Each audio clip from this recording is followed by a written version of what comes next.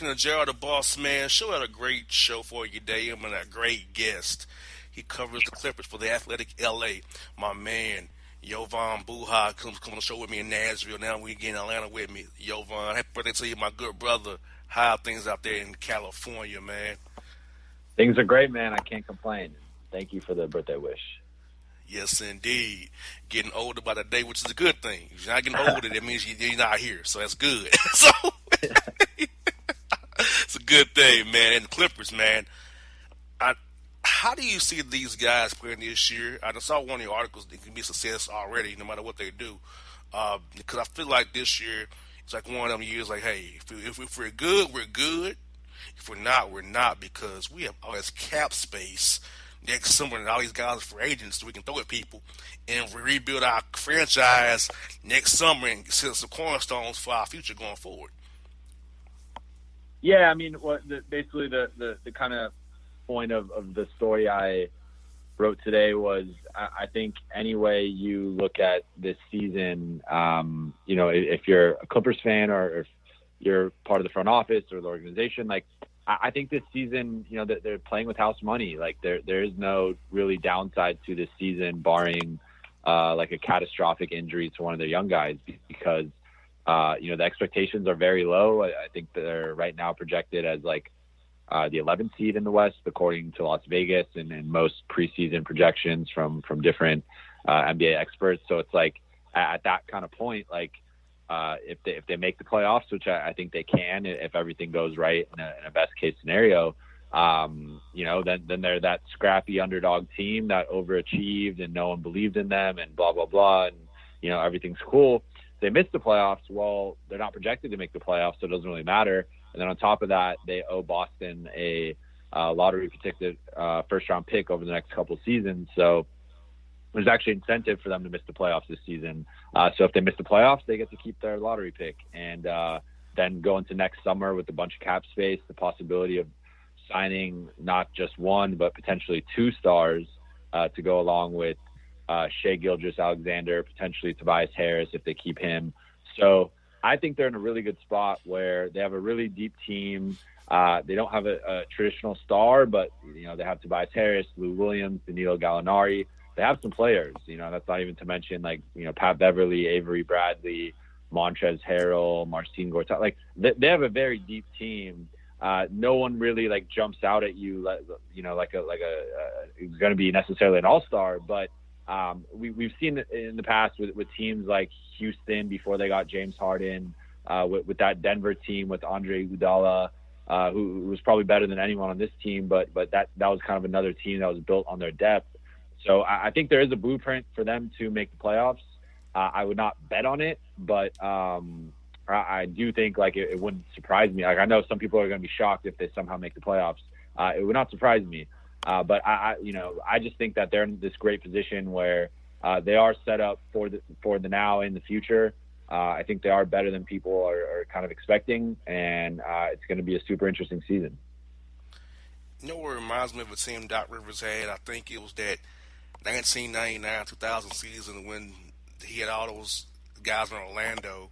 They overachieved and trying to get McGrady, Duncan, and Hill. They tried it, but they couldn't get Tim Duncan, and Grant Hill's ankle was shot. But the Clippers remind me of that team back in the day there. Yeah, no, and Doc has actually alluded to that. Doc has, when we spoke to him, like he's brought up that team as kind of really the only team he can compare this team to, just because, he was fired in Orlando after a few years. And then, went to Boston, that, coached very young, bad teams kind of around Paul Pierce for a bit. Then obviously they got KG, Ray Allen, and that team won championship. It was contending for, half a decade. And then he came to the Clippers, where they had their big three in Lob City and stuff. So he's never really coached like this type of, team with just a bunch of mix of veterans and young guys, and you don't really know what the expectations are. And really, like you said, the only team is that first, and that was his first coaching season too. So he was a rookie coach in all that madness. So I that's to me like what's so fascinating about this team is that I think they're a scrappy team. You know, they're going to try. You know, as you I expect them to have a similar identity to last season's team. Like they're going to try hard every game, every possession. They're going to be in a lot of games. I don't really see this as a team that's going to get blown out a lot. Now, whether they can close games and whether Tobias or Lou or Gallo can kind of go toe to toe with some of the stars in the NBA. Like I don't know about that. We'll see that as the season progresses, but I do expect this to be a fun, competitive team and a team that's probably going to be around 500. Give or take a few wins either way. Now, what are the two of my old buddies? Lou Will, of course, going to be a sixth man, but where's my man Mike Scott fitting into the equation with the Clippers this year? Because I felt like when they signed there, he had a lot of guys at the 4 and 5 position in that stretch 4 position. So why did Mike Scott sign there? So will he be in the rotation, or he just be a guy kind of just filling the roster there? So it's early with Mike. Doc said that he came into camp out of shape. And is kind of playing his way back into shape, playing his way into kind of understanding their schemes offensively and defensively. So it's kind of to be determined with Mike right now. I think he has a good chance at being in the rotation. Doc tends to stick with about a 10-man rotation. So kind of like mid first quarter to mid second quarter and like mid third quarter to early fourth, he usually goes with the bench. So I think that Mike, looking at the Clippers depth chart, he's probably that backup 4 alongside like Montrezl Harrell, Lou Williams, and Shai Gilgeous-Alexander and Luke Mbah a Moute. So I think that's probably right now the most likely second unit lineup. Now there's a chance they've talked about playing Luke Mbah a Moute at the 4, which would probably bump Mike out of the rotation, and then they put someone else at the 3. Maybe Tyrone Wallace, who I really like. Maybe they bump Shea up to the 3 and put Milos in there. So, I mean, that's the thing with this team is that there's so much depth. Like, if you look at their roster, that they probably have, like, 12 guys who would expect, consistent minutes on most NBA teams. So the fact that they're going to have to condense that to 9 or 10 guys and some of those guys are just going to be split minutes anyway. I think it's another thing because a lot of these guys are on one-year deals. And as much as we like to live in like a fantasy world where everyone puts the team first and what's best for the team, a lot of these guys are playing for contracts and you can't really rule that out. So Doc has also talked about how that's going to be, a juggling act this season and might actually be the most difficult part of the season is just figuring out everyone's minutes, everyone's role, who's okay with what, who's not okay with what, and how you kind of deal with that. And but I do think Mike will have a smaller role this season if he is in the rotation. I kind of expect him to be like 8 to 12 minutes a night. I know he was playing like around like 18 with Washington last season. I just think that the depth of this team is, and he's kind of at that 4 spot where they have Gallinari, they have Tobias Harris, they have Luke Mbah a Moute. Like they have a lot of guys there. So I do think he's going to be kind of phased out of the rotation a little bit. I find the Clippers to be, Jovan, a buyout team. Like, guys looking for that buyout during the buyout season because they want to play somewhere in the playoffs or something or show off before April comes to get them a contract next year. I can see Mike asking for a buyout. I think guys on a 1-year deal saying, guys, buy me out. I can get out here and find my role elsewhere probably. Yeah, I mean, I think the Clippers are – that's also – I mean – The 2 biggest variables with this team that are hard to kind of predict and make it so that, that really I think if, looking at every team in the NBA, Clippers are probably in the top 3 in terms of like hardest team to predict or most, just kind of variance with their potential record and success because this team has a lot of health problems and, well documented like Danilo Gallinari, Avery Bradley, Patrick Beverley. Those guys have all pretty much, you look at the last 2 years, those guys kind of average 15 to 20 missed games every season. So you got to kind of factor that in. On top of that, Milos Teodosic, who's 30 years old, he missed half the season last year, and there's no guarantee he's going to be healthy. So their health is completely up in the air. And on top of that, since they have so many 1-year deals, A lot of these guys could get traded. It would not surprise me if Avery Bradley or Patrick Beverley or Milos Teodosic, maybe Mike Scott. Like, you never know if a team's looking for a backup big. Like, a lot of these guys are very tradable. So I think looking at, on top of everything else, just with their talent and kind of not really sure where to put them in the West, there are a lot of health concerns, and there's a lot of, like, some of these dudes could get traded or maybe bought out, kind of around the trade deadline. So really with the Clippers, like, we could be looking at a much different team come like February or March than the team that's currently playing. So that's why I think this team is just so fascinating, because you could tell me they win 30 games and are the 12 or 13 seed, and I would believe it. You could tell me they win 47 games and, are the 6 or 7 seed, and I would believe it. I think there's a huge gap there between the kind of outcomes of their season and anything kind of in between that, I would believe. Last one I got for you is this. How much longer do you believe we will have the Bomber, Frank, Jerry West, Doc Rivers battery, or is Doc Rivers maybe on the way out of the Clippers land after this year? Well, Doc actually signed an extension over the summer, so he has, I think, another 2 years after this one. So I expect Doc to kind of be with the team until he personally is unless, like, I would say I would be shocked if he's not with the team heading into next season. I think it's kind of after next season would maybe be the year where, if they strike out in free agency, maybe they win 35 games this year, which is kind of their Vegas line. They strike out in free agency, and then next season kind of run it back with a similar team and win 35 games again. Like, I can maybe see them being like, all right, maybe it's time to part ways. But I was thinking more like this summer would be the summer that Doc left, whether that was retiring or moving to a different team. There was some Orlando rumors, some Knicks rumors. That didn't happen. So the fact that Doc's still there, I expect him to be there. Jerry is the one that's kind of up in the air, because he's like, I believe he's like 80, 81. So who knows how long he wants to do this. It's probably a year-to-year thing with him. And then Steve obviously owns the team, so expect that to be the case moving forward.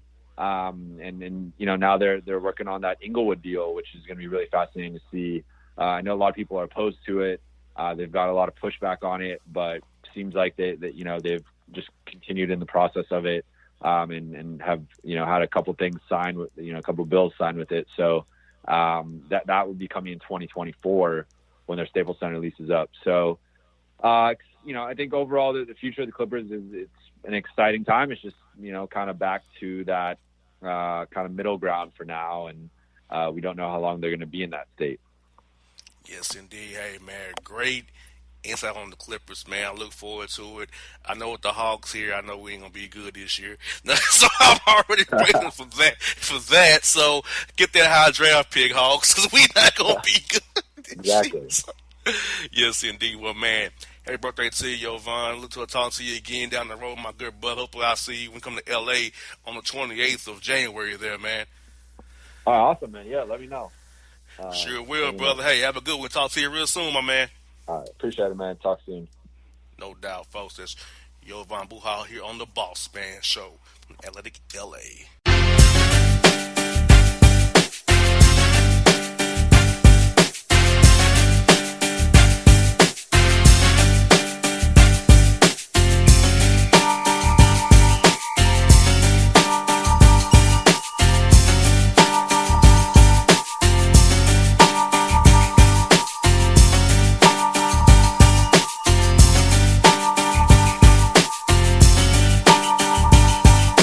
All your photo, video, and voiceover needs, check out the fine folks at Blueberry Productions.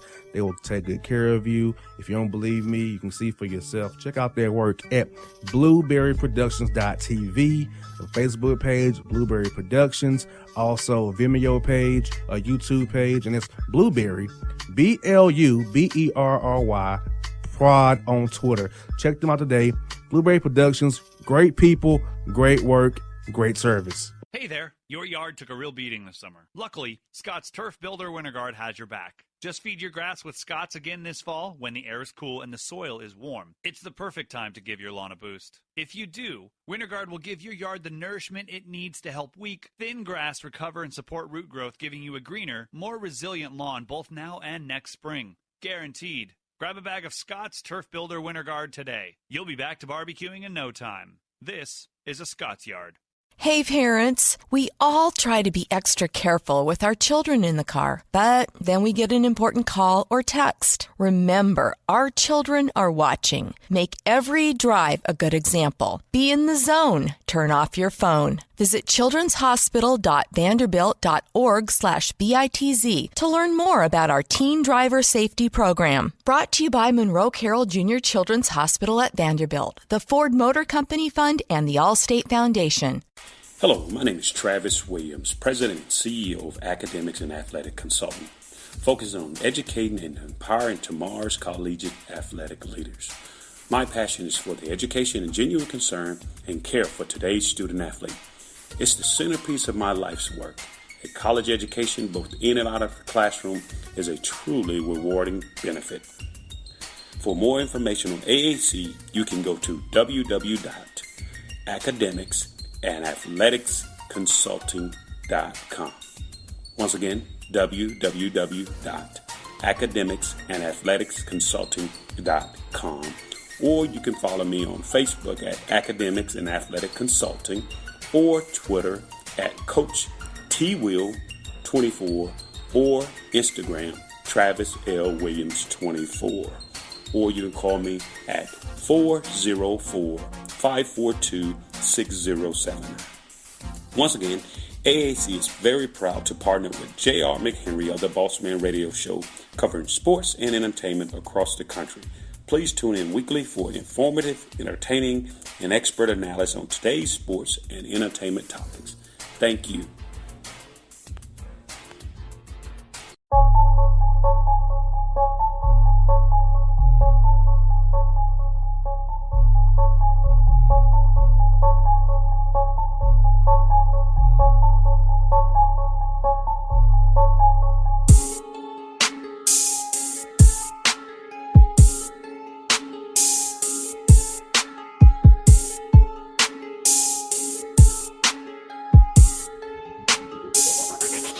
All right, folks, back in the Bossman Show. Time to go I-20 west towards Memphis, Tennessee. Town I just left, but I enjoyed myself while I was there. Hate I won't be able to say it and go to Clicks tonight, but I was in the city of Memphis, see the Hawks play the Grizz last night, but it's all good. It's my man, J.C. Smith. What's good, bro? Yo, boss, what's happening, bro? Man, not much, man. You know, doing what they do, man. Road running every week, man. Covering these Hawks and Falcons, brother. You know how it is.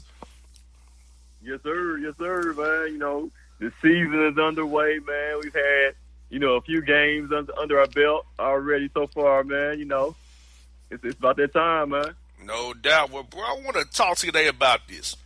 The owners had a meeting this week about hot topics around the NFL, and owners are disappointed in how the Chargers are not drawing the love from L.A. And some are starting to regret the Chargers moving to L.A. now from San Diego, and they've lowered their revenue expectations now from $400 million to $150 in PSLs because that's only PSL for a new stadium in Inglewood. So, bro, when you first heard the Chargers wanted to move from San Diego, you think it was going to be a good idea for them to go up to L.A. this time, or you thought it was a bad idea from the jump they should have stayed where they was at? It was a terrible idea for them to move to L.A. You're talking about a team like, where San Diego, you got the Padres out there.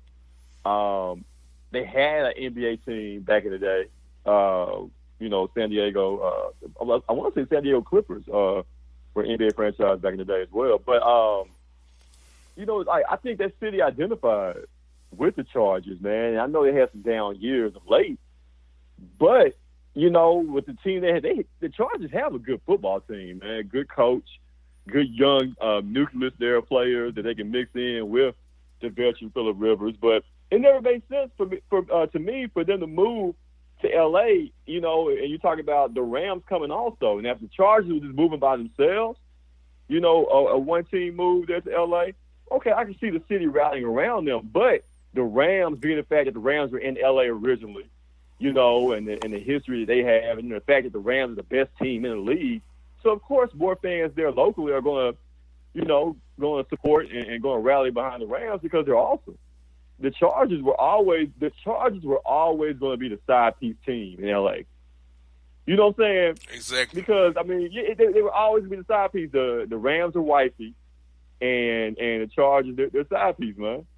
Exactly. And remember how the Chargers pitched to be about the Raiders not coming to LA with the Rams?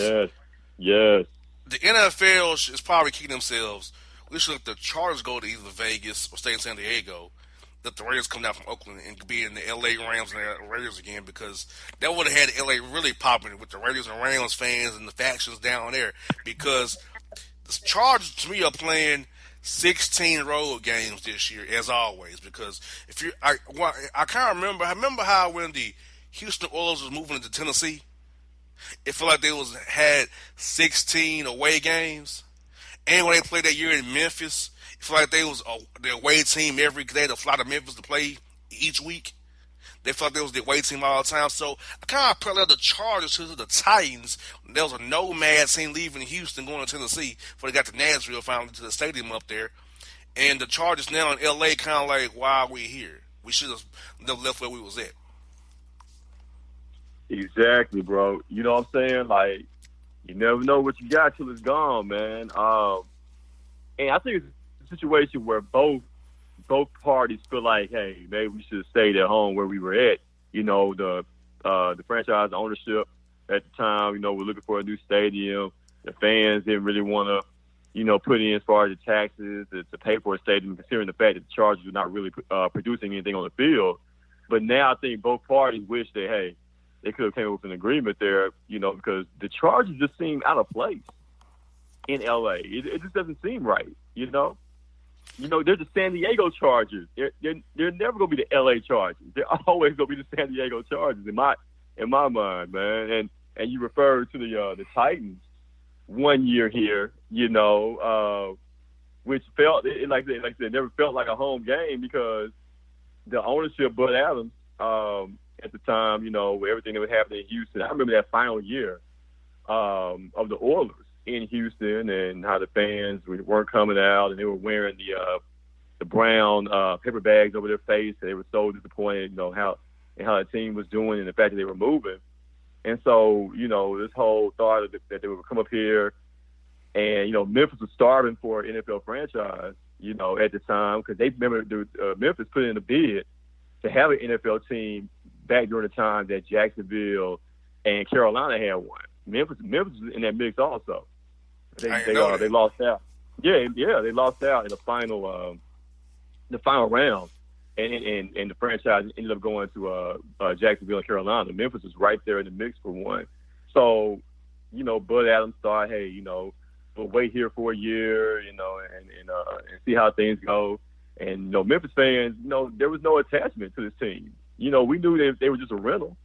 So, you know, of course, the fans are not going to come out and support a team that's only going to be here, you know, for a quick minute until, you know, things are ready for them to move to Nashville. You know what I'm saying? So it was always a weird situation. So I think the situation is kind of favorable to how it was for the Oilers coming here to Memphis over 20 years ago now, to what the Chargers are going through now in L.A. because nobody really went to there. You know what I'm saying? Like the ownership, like we're moving to L.A. and L.A. fans like, okay, you know what I'm saying? Like nobody wanted the Chargers there. Of course they wanted the Raiders there. Of course they wanted the Rams there. The Chargers were just like a thought, you know, a third NFL team exactly. that was going to go to L.A. Exactly. Now let me ask you this. Now in Memphis, how many Titans fans you see really in Memphis? I don't think there's very many. I think Memphis still kind of one of them cities where you kind of like who you like. You're not a Titans fan if you're in Memphis. I don't see it happening. You know what? I mean, the Titans, they have a kind of a, you know, big following now. They've had success, a fans here of the Titans. But as far as the Titans go, they're always going to be seen as Nashville's team. You got a lot of fans here in Memphis, but it's Nashville's team. It's not like Tennessee Titans where everybody kind of shares the team, and it's for a fact, boss, that you covering the team, man. As far as the disconnect between Nashville and Memphis, and how Nashville has a superiority complex over Memphis, where they think they're a better city. So I think the Titans will always, they do. And the Titans will always look at as Nashville's team. And you got fans here, but Memphis don't really.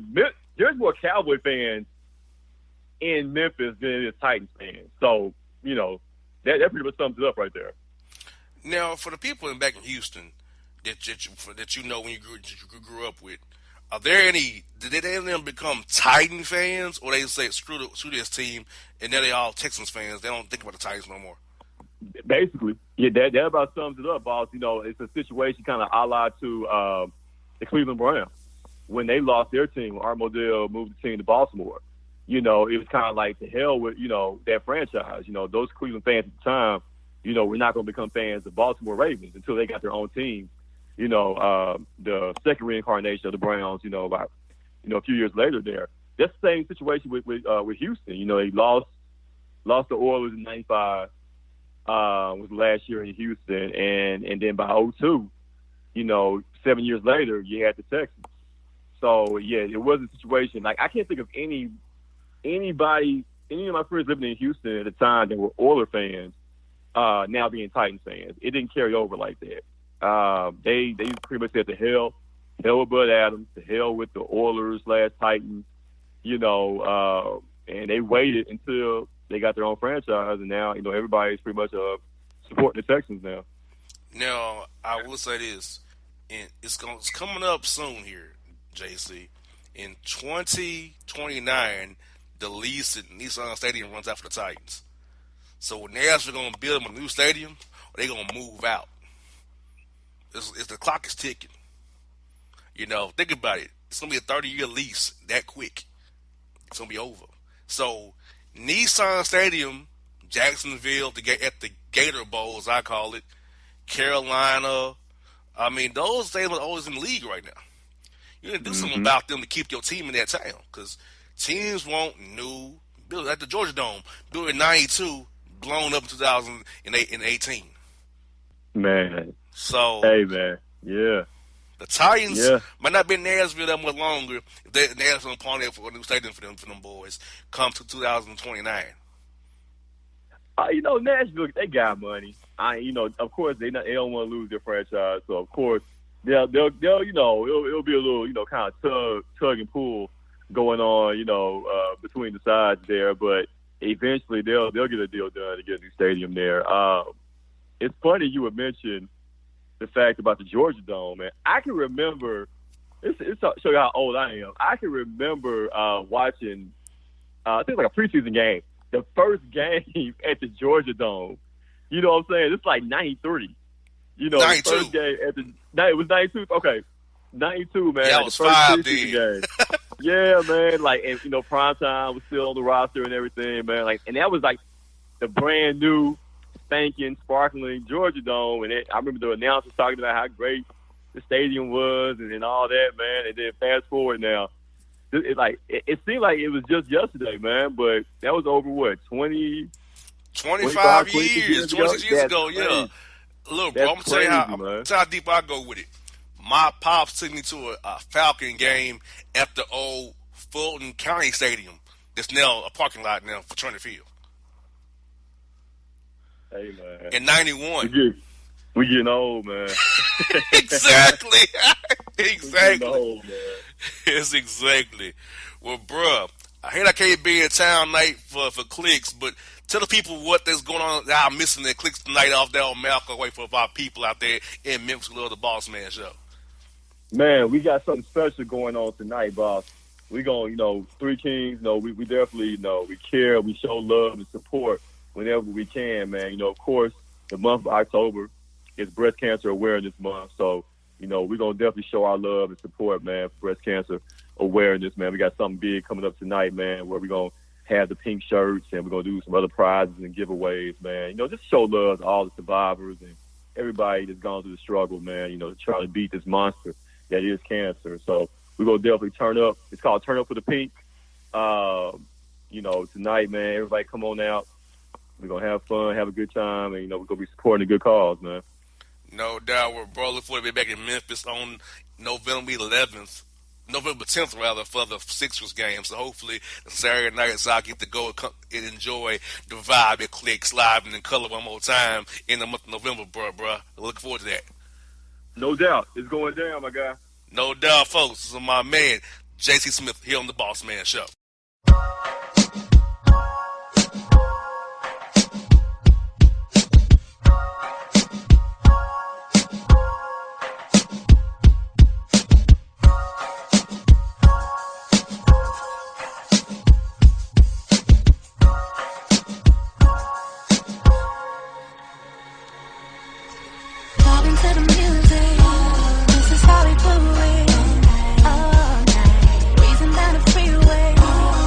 Hip-hop fans, I got a great album for you.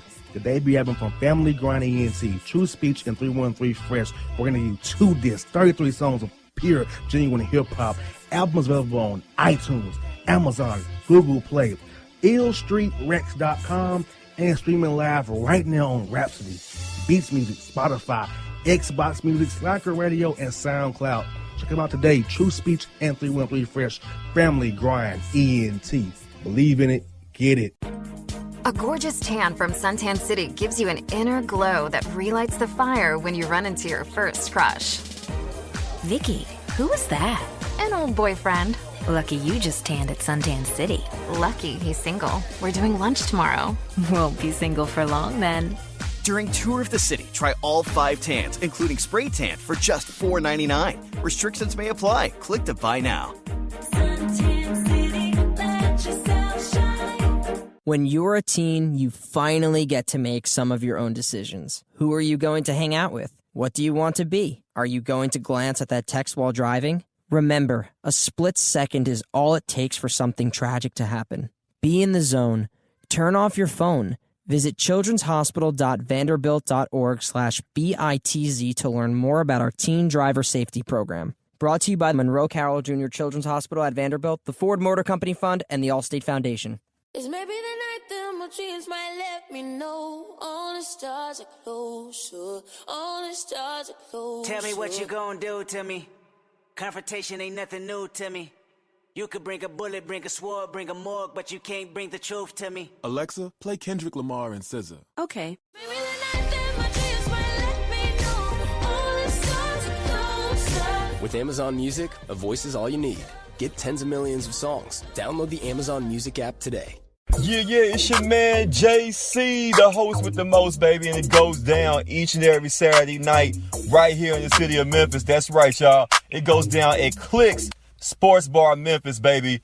3705 Malco Way, Memphis, Tennessee, 38125. Come out and join us, the Three Kings, each and every Saturday night for the livest karaoke in the city. Everybody gets in free till 10 p.m. Only $5 after. Great food. We got drink specials. We got all kind of games, man. We got the pool tables popping. Whatever you want, we got you, man. Come on out. Have a good time with us each and every Saturday night. That's Clicks Sports Bar, Memphis.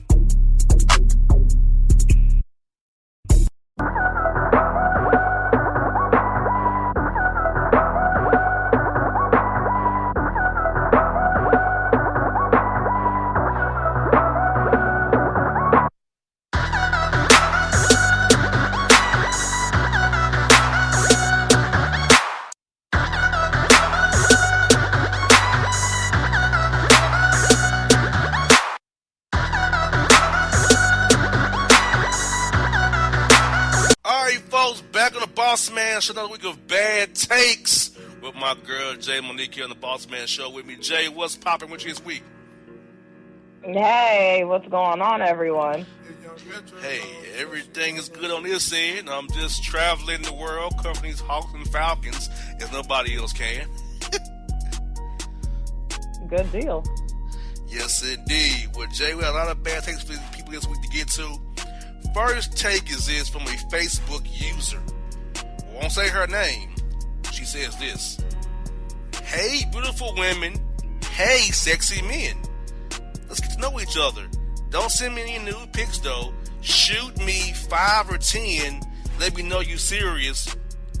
With money sign, smiley face emojis. Come correct if you come at all. PayPal, blankbox18@yahoo.com. That health look ugly as hell, first of all. What kind of take is that? Prospecting, quote, men and women on Facebook for money? You're prostituting yourself out on Facebook. Are you kidding me? Yep, that's exactly what she's doing. And even if she was attractive, who does she think she is? She has some nerve. Talk about let's get to know each other, so go ahead and send me dollars. Who are you? Who is she? That's what it takes for somebody to get to know you or even talk to you, is they got to send you money?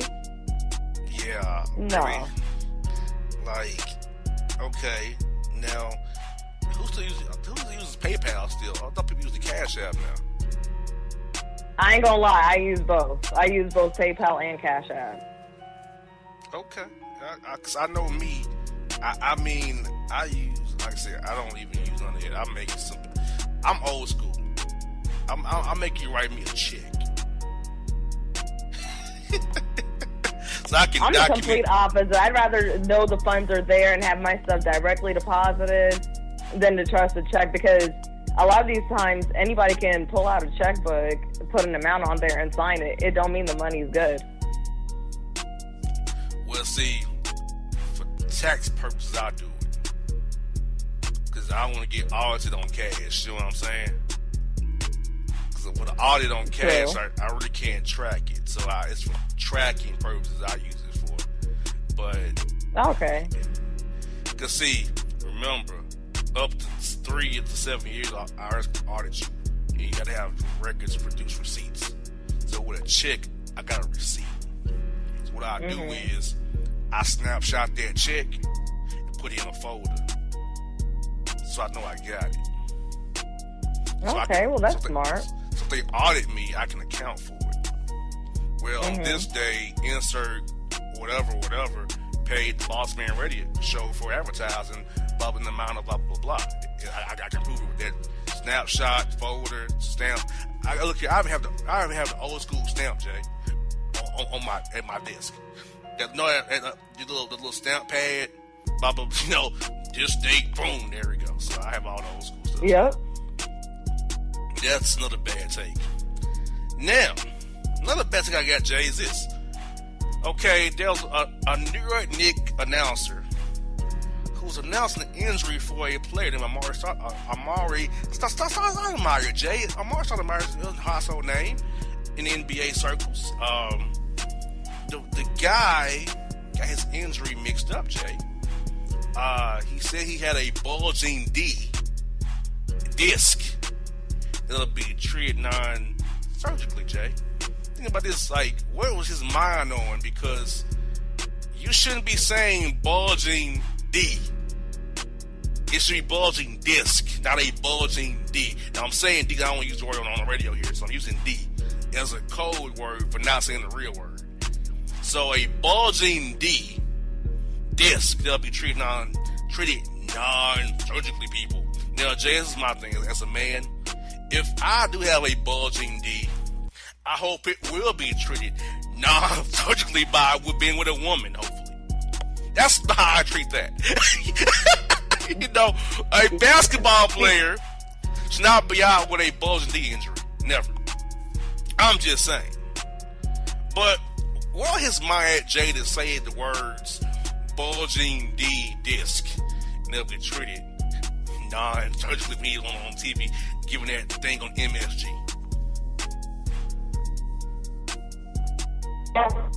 It's treated non-surgically. But I'm thinking that, when he said the bulging D, it could have possibly been a slip of the tongue, possibly. Yeah, because when I heard that, I'm like, what? A bulging D, huh? You said a bulging D, sir? Sure. Treated non-surgically. I bet it was, sir. I bet it was. But yeah. Also, another bad take I have. Now, Jay, if I was in a hotel today listening to somebody vent about a situation they had at work. Get this. A lady wants to get a work accommodation at her job. And part of the accommodation request is have a colleague at her job take a picture of her at her workstation from front and back and side to side. And take a picture of the chair she has at home, the ergonomic chair she has at home that she wants to go work from home in.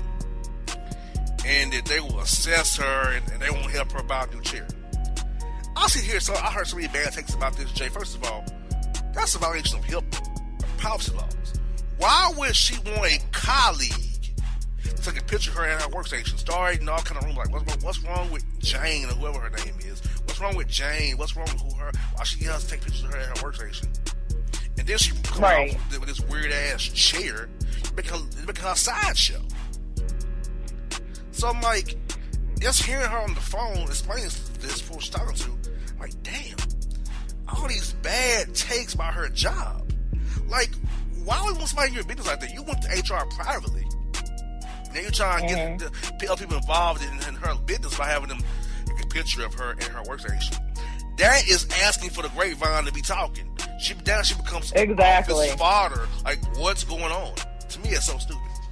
Your take on that? Yeah, that's stupid. That's giving, like, by that point, she's just inviting everybody that works there into her business. Yeah, like, that's not cool and kosher. And why do you need a picture of the chair she has at home? Like, what is it? How's it going to help you make a decision on whether this woman is disabled not to be at work? And while she I don't know what that has to do with anything. If a medical professional says to you they should work at home, we should go with that. Right. No ifs, no ands, no buts about it. If their doctor said, look, this person needs to work at home, their back is bad, blah, blah, blah, blah, you know, ergonomic chair, blah, blah, this body is skippy, that needs to be said. And, yeah, pretty much that's bad. Like, man, come on, it's messed up. So, that bad take. I also heard a woman complaining about her job, wanting to put her on a corrective action plan because they call her a no-call, no-show because she told her boss yesterday, allegedly, that her son had a seizure. They keeping him overnight. They're keeping him overnight.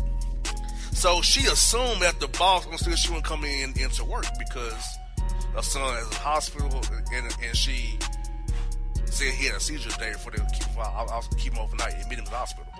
Now, I think it's a double bad take because, I mean, yes, you told your boss that you was just keeping him overnight and you signed a seizure, but you didn't clarify you weren't going to come into work either. Now, that's her bad take, but the boss has a bad take too because if somebody tell me a child had a seizure, they don't hit me back. I probably tell them they ain't coming to work next day. Let's put her on a corrective action plan for that. The boss has a bad take as well, if you ask me. She had a bad take for not telling the boss clearly that she's not coming to work, and the boss had a bad take for assume she's coming to work and getting a cap before not coming to work and her son had a seizure at the hospital the night before. To me, all of it is a bad take to me, if you ask me. All of it's bad. Yeah, I would say it's like 50-50 because just like you said, like, she shouldn't have automatically assumed that because her son was staying overnight at the hospital that the boss was going to take it as she's not coming into work the next day. But also on the other hand, common sense should have told the boss that if her son had a seizure and they were keeping him overnight, that there is a possibility that she's not showing up to work. So once he didn't see her show up to work, evidently it's because her son was still in the hospital and she was tending to him. But I don't feel that a corrective action plan was needed for that. I feel like he went overboard with that one. Yeah, it sounded to me he's doing way too much. Doing way too much. So folks, that is Bad Take segment 1. After the break, we have Bad Take segment 2 with me and Jay Monique. She got 2 stories for you, and I got some more for you on the back end, some more bad takes I have for you people. So stick with us, Jay Monique and the Bossman, BossmanShow.com, Bossman Radio Network. We after the break, more Bad Take segment 2. Stick with us. We out. Grab a hold of big breakfast flavor at Hardee's. Try 2 breakfast sliders for just $2.99. Get Applewood smoked bacon or freshly grilled sausage with fluffy eggs and golden melty cheese, all on a toasty little bun. Good morning, start at Hardee's. Available now for a limited time at participating restaurants. Tax not included. All right, folks, back on the Boss Man Show, segment 2 of Bad Takes with me and Jay Monique. Jay, it's on you. What bad takes you got for us this week? Yes. The first one is a naked man who jumped into an aquarium shark tank is now wanted by Toronto police. Wow. Yeah, so he decided to dive naked into an aquarium, the shark tank, and now police are looking for him in connection with a possible indecent exposure charge, as well as a violent assault earlier in the evening. And what happened is that the police officers first heard about the naked man swimming with sharks when they got a call from Ripley's Aquarium around 10:30 p.m. Wow. Now, what's bad about this is not only was he naked, but he decided to dive into a shark tank that has sharks. Why? Yeah, that's not smart. Like diving in the Everglades or a Florida lake. Not doing it. It's gonna bite your ass. Yeah, exactly. I mean, this is crazy. Yeah, we don't do sharks. That's why when I'm out there on South Beach or Key Biscayne, I know what's out in that water. Mm-hmm. I'm on the beach. I ain't going in the water. And plus, I can't swim anyway. I'm going no way. As they say, black people can't swim. And I'm one of them who can't swim. So yeah, this man is stupid. And he's in Canada, right? And it's cold there, right? He jumped in a cold lake with sharks, right? Aquarium. Yeah. Aquarium, okay. Aquarium, okay. I bet the water was cold. It's Canada. You're an idiot. It's like me going to the Georgia Aquarium and jumping in one of them damn things, them weird ass big fish they have. Yeah. Aquarium's a good date, though. Numbers like that. Aquarium is a great date if you go in the daytime when it's cheap. Not at night when it's hot. Yeah, exactly. Just saying. But yeah, my man, don't do that. Sounds like being at the zoo, which I wouldn't. Trust me. I ain't been to a zoo since I was 10 years old. I hated the zoo when I went. You're probably not going anytime soon anyway because you hate animals. Yeah, so short of me having a child who wants to go to the damn zoo, look at the animals, which I would not understand to begin with. But whatever. I'm not going. I do the aquarium, but the zoo, hell no. We good on that. Oh no, take this poor child to the zoo. It would probably burn my soul every second I'm there, probably. I would be angry the whole time I'm there. Oh my gosh. Guarantee it. Jesus. Aquarium, man. Bad take, sir. What is your deal? Canada. Sir, what's your deal? Exactly. Seriously? Well, Canada legalized marijuana. Was he on that kush? It doesn't say if he was on the kush or not. It just says that as soon as he purchased the ticket, that he started to disrobe and then proceeded to climb over to the security barrier into the exhibit. He was on that flock of that meth, probably. He had to be on some flocker or something, because that's not making any sense for any sober person to do that. Yes, sir, what's your deal? Right, like, get off that stuff. Whatever it was that you were on, like, it ain't working. Just don't do that again. Canada with the bad takes today. Well, she got a bad take out of Ohio. Jesus, that's a lot of bad takes there. Yup. Haunted house visitors are outraged over a mock rape at an Akron Fright Fest. That is. The managing partner of Kim Tank Park, it's near Akron, Ohio, said that he was shocked and appalled Monday after learning of allegations that employees staged a mock rape in a haunted house on park grounds. Somebody named Sarah told local ABC News affiliates that a man in a mask pushed down her boyfriend while the pair visited Akron Fright Fest at the park. She comes over and yells, "Stop, what are you doing? That's my boyfriend." And then he described the masked person's response, "Not anymore. He's mine now. I'm going to rape him." And then he started thrusting against them. And then in a statement provided to HuffPost, it says that while investigations in the incident were ongoing, there is no place for anything like this at our park. That's the person named Jeremy Caldhill that said that. And then said, obviously rape is a horrible act. Even a mock rape scene has no place as any part of entertainment. And according to the park, the Fright Fest consists of 3 all-age haunted houses and 3 adult-only haunted houses that require visitors to sign a waiver before entering. Yeah, I'm trying, not that I want to know, but how do you quote stage a mock rape? Like, I don't even understand how do you stage that? Exactly. What I'm thinking happened is that the employees, like, they already knew that this Halloween type of event was, going on. I believe they all banded together outside of work and came up with this ignorant plan that they were going to add some spice or whatever, to the event, and then add in mock rape or something, like stage a rape. Like, why would they think that that's a good idea to do that to unsuspecting event goers? You know what I mean? Like, yes. That's not cool. That is a very bad take. Exactly. A very bad take. Like, Halloween people don't do that.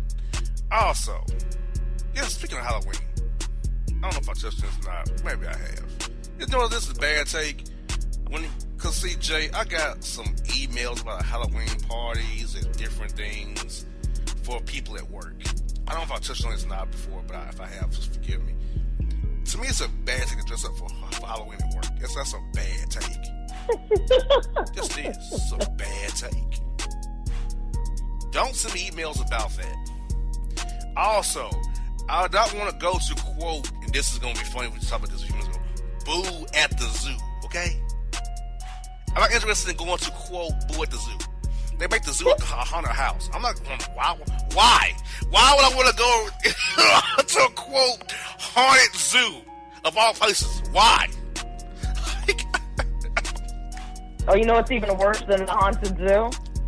They actually have a haunted walk or whatever at the county jail, where they're actually selling tickets for it, for you to walk through the jail and go through different scare zones. Okay, the problem with that is, why would someone voluntarily want to go on any campus of a county jail?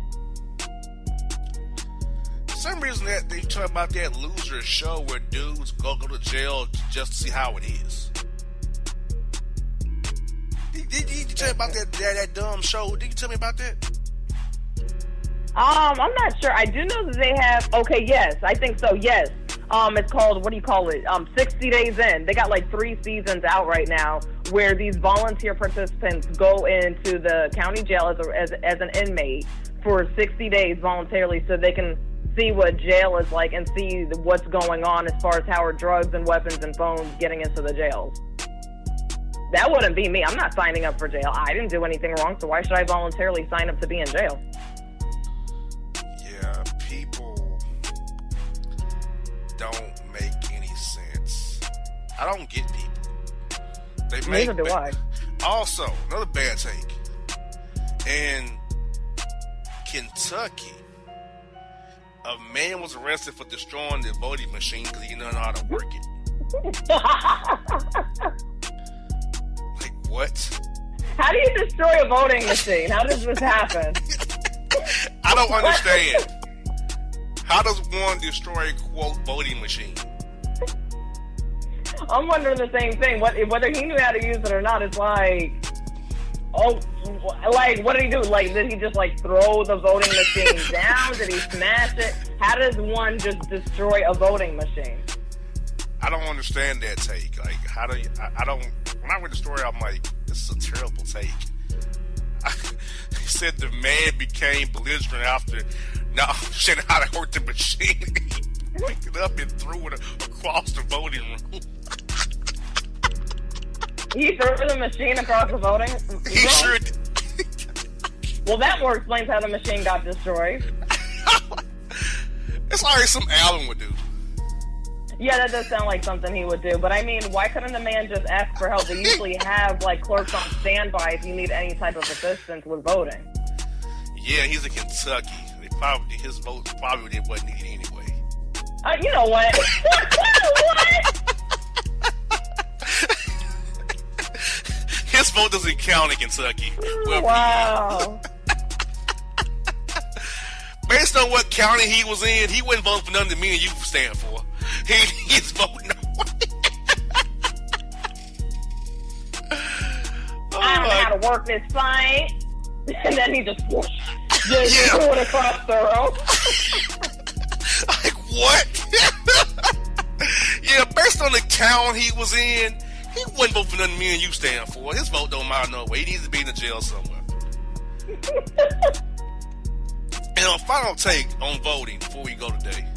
Look, I don't know who you losers are who wave these voting signs at me, whoever the hell y'all are. Y'all ain't gonna make me change my vote. I don't know why y'all even there. Because you waving a flag, waving a sign, and make me vote for your person. Either I know who I'm gonna vote for, or I'm not. Also, candidates, do not greet me at my car and talk to me. I don't want to talk to you. Let me go do what I gotta do.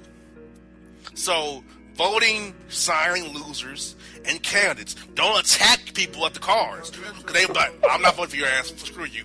I'm not voting. Nah, you annoyed me. I'm not voting for you. Afraid about privacy, you got in my face. I'm voting for your opponent. Screw you. Just saying.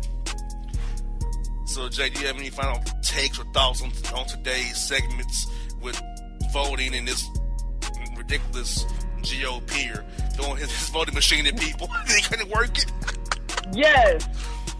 For everybody that's going out there voting, when you get to a voting machine, if you do not understand something, please, by all means, turn around to either your left or your right or somewhere behind you, and there should be a clerk available to assist you. Don't throw the machine. Other people need to use it to vote. Like, that's not making any sense. Don't do that. Just ask for help. Probably those votes are lost now. That machine he used, all those votes are probably lost now. Which may be a good thing. It probably is. It's destroyed. But may be a good thing because, once again, he's in the county that don't do nothing for me and you. So, once again, the vote don't matter. Gotcha. So, yeah, folks. Yes, if you get in the voting machine, need assistance, ask somebody. Do not destroy and throw it across the room. Please. You know, look. Yeah, just don't do that, please, people. I'm just saying. I almost said something I shouldn't say. I caught myself now saying something I shouldn't say on the radio. Thank God for that. So, this everybody get in trouble. So, folks, that has been Bad Takes. Everyone to Bossman Show. Jay, Monique, and Bossman. We are out. Talk to y'all next week. Peace. And if you don't know, now you know, you know.